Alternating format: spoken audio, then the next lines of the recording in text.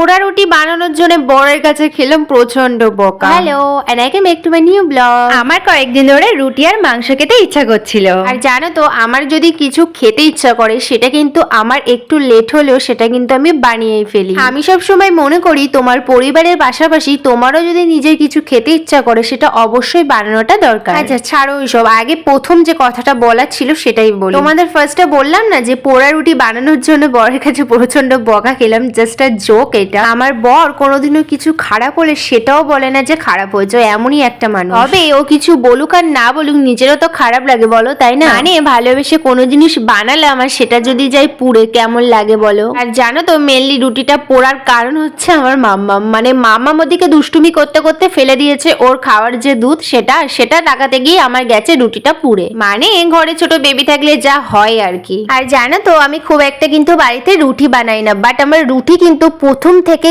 দারুণ কিন্তু গোল হয়। তবে গোল হলে কি হবে, আমি কিন্তু রুটি একদমই ফোলাতে পারি না। আচ্ছা তোমরা বলো তো যারা যারা রুটি দারুণ সুন্দর ফোলাও আমাকে একটু কমেন্ট করো তো যে কি প্রসেসে রুটি করলে রুটিগুলো ঠিক ফুলকো ফুলকো গোল হবে। ছাড়ো, তোমরা যদি জেনে থাকো আমাকে কমেন্ট করো, অবশ্যই তোমরা জানো কারণ তোমরা অনেকেই আছো যারা রেগুলার রুটি করো। যাই হোক দেখো মামাম এখানে ফেলে দিয়েছে দুধ, আর সেটা মামামকে একটু বকাঝকা করছিলাম, দেন আবার রান্না করতে লেগে পড়েছি।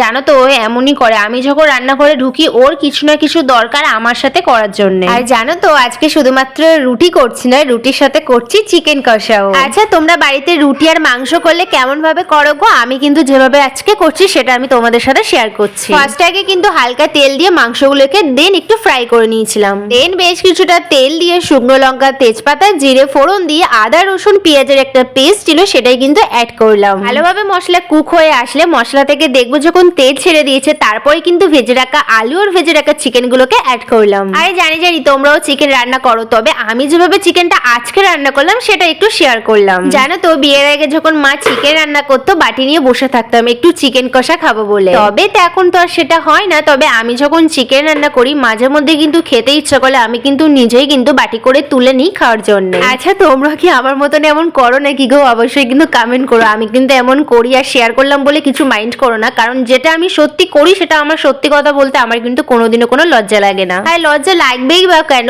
অন্য কেউ খেলে কি কোনো দোষ নেই, আর বাড়ির বউরা কি চিকেন কষা খেলে খুবই দোষ লেগে যাবে বলো? যাই হোক ভিডিওটা এখানেই এন্ড করছি, কেমন লাগলো জানিও, ভালো লাগে লাইক কমেন্ট শেয়ার ফলো করতে একদম ভুলো না। Tata bye.